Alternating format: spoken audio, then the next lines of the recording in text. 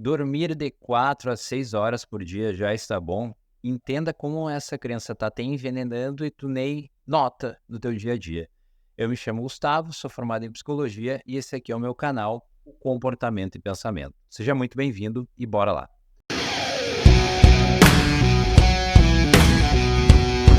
Bom, nesses dias corridos que a gente tem, pode parecer bastante tentador essa motivação, essa inclinação a querer dormir só 4, 6 horas.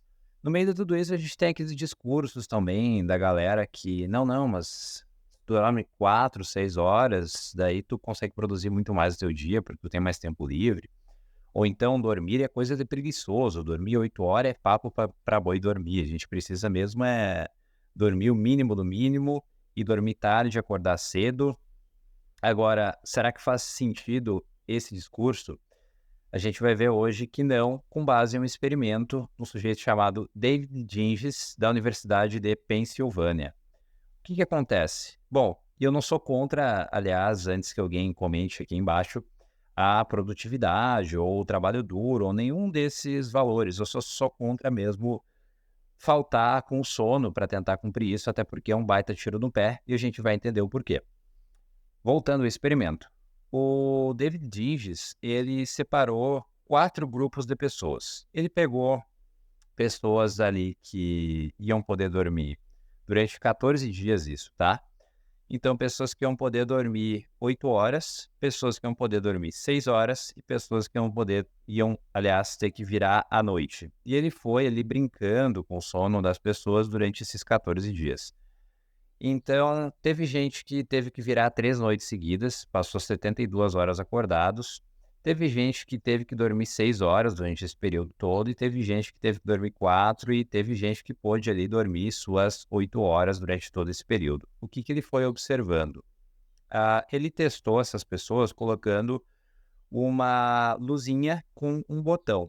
Quando a pessoa via a luzinha, ela tinha que apertar o botão.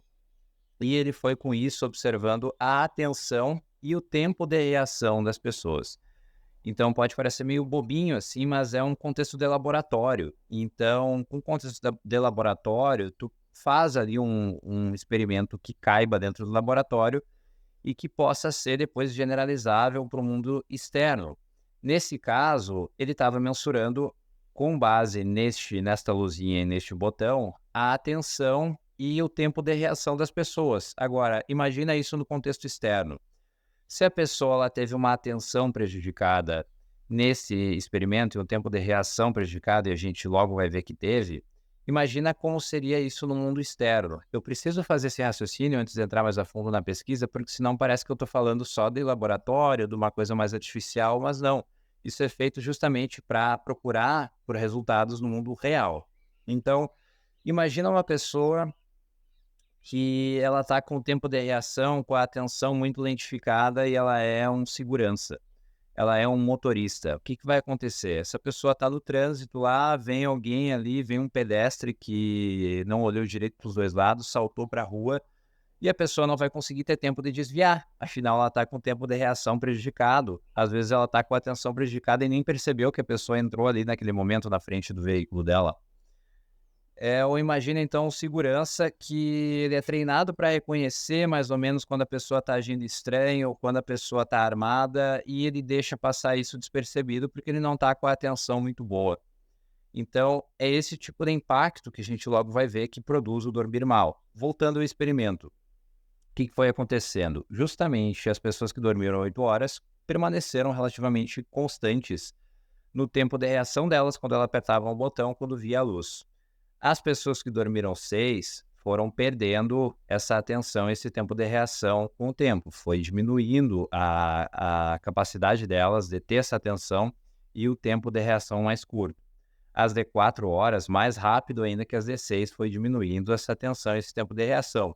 E as que viraram 3 noites seguidas, elas já tiveram ali o prejuízo, depois dessas 3 noites, de 400% quando relacionado ao que elas tinham inicialmente.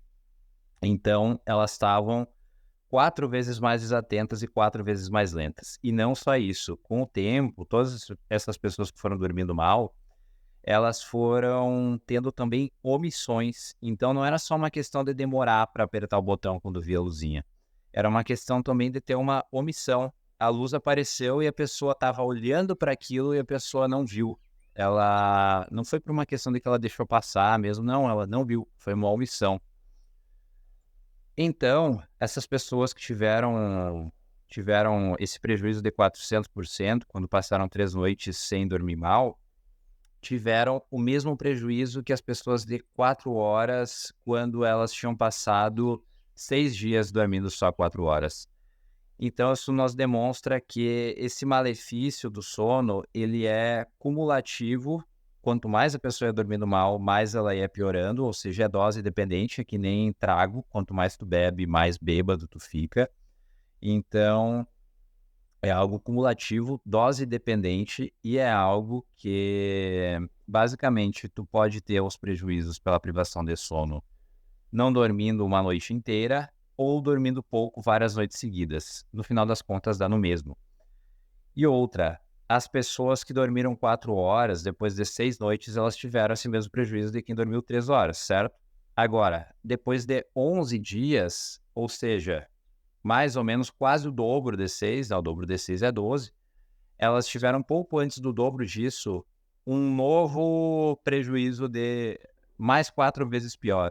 Então, se elas levavam, por exemplo, 1 segundo quando estavam dormindo bem, elas tiveram prejuízo de 4 vezes, elas vão levar agora 4 segundos quando elas passaram ali 6 noites sem dormir bem. Agora, quando elas passaram 11 noites, agora elas vão ter um prejuízo, vão ter um tempo de reação de 8 segundos. E é claro que os valores aqui são arbitrários, é só para ilustrar, não sei quanto era o tempo exato, mas é só para ilustrar o quanto se dá na prática esse prejuízo delas. E o mais interessante é que não teve que dobrar o tempo para elas dobrarem o prejuízo. Percebeu que foi um pouquinho antes, não chegou a dar. Por isso que eu estava falando que 6 é o dobro de 12, que é uma coisa óbvia, mas é para ilustrar justamente que não dobrou o tempo que elas estavam dormindo mal para que dobrasse o prejuízo que elas estavam tendo por dormir mal, entendeu? Então parece que talvez o sono ele vá cada vez pesando mais nessa questão do prejuízo. Talvez da próxima vez que eles dobrassem os malefícios que eles estavam tendo pela privação de sono, levasse só 4 dias agora, já que levou 6, depois levou 5, depois levou... Não sei, não teve uma continuidade do experimento para a gente saber disso, mas as coisas parecem se alinhar para essa direção. Bom, as pessoas que dormiram 6 horas, elas também levaram um tempinho para chegar nesse prejuízo, mas eventualmente chegaram. Então, novamente, não importa se tu dormiu mal em absoluto ou não dormiu uma noite inteira, ou se tu foi dormindo mal várias noites seguidas. O prejuízo, no final das contas, acaba sendo o mesmo. E sabe o que é mais interessante ainda no final desse experimento? Perguntaram para as pessoas como é que vocês estão se sentindo. E as pessoas que foram dormindo 4 e 6 horas durante alguns dias, eles responderam que estavam se sentindo muito bem. Para eles estava muito bom dormir 4, 6 horas, não percebiam assim um significativo prejuízo na funcionalidade deles no dia a dia. Agora, testes objetivos mostraram que eles estavam, de fato, piores na funcionalidade desse dia a dia. Então é como miopia, sabe? Porque eu tenho miopia. Quando a gente não vai no oftalmologista, não vai no famoso oculista, como as pessoas falam por aí, comenta aí embaixo se tu fala oculista. A gente não percebe que está enxergando mal. Agora, quando a gente passa a usar o óculos, aí a gente percebe o quão mal a gente estava enxergando antes. Tudo indica que o sono é a mesma coisa. As pessoas acabam se acostumando a dormir mal e se acostumando no sentido realmente de não notar o malefício que estão tendo, porque o cérebro ele não passa a se acostumar a dormir menos horas, tá? Isso é uma coisa que tem que ser deixada clara. A gente não tem essa coisa assim de, não, mas espera aí, depois que eu passar, sei lá, um mês dormindo 6 horas, meu cérebro vai se adaptar e vai funcionar da mesma forma que alguém que dorme 8. Isso não acontece, fique bem claro. O cérebro ele continua precisando de 8 horas, independentemente de quanto tempo tu passou dormindo 6 ou 4 horas. tu só tá negligenciando essa necessidade dele. Assim como o olho continua precisando de óculos, não importa quanto tempo tu passe sem usá-los. O olho não passou a se adaptar a enxergar sem óculos. Pelo contrário, muitas vezes o problema vai agravando se ele não é tratado de alguma forma. No caso do cérebro com sono, no caso dos olhos com óculos. Então, acredito que com esse experimento fique bem claro que não, dormir 4 a 6 horas não é o suficiente e tu está dando um tiro no pé na tua produtividade fazendo isso. Tu acha que tu está produzindo mais porque tu tem mais tempo, mas garanto que tu vai devagar muito mais desse tempo, tu vai se distrair muito mais desse tempo, tu vai... E na prática, tu estaria, talvez, muito provavelmente, produzindo mais se tu dormisse 8 horas.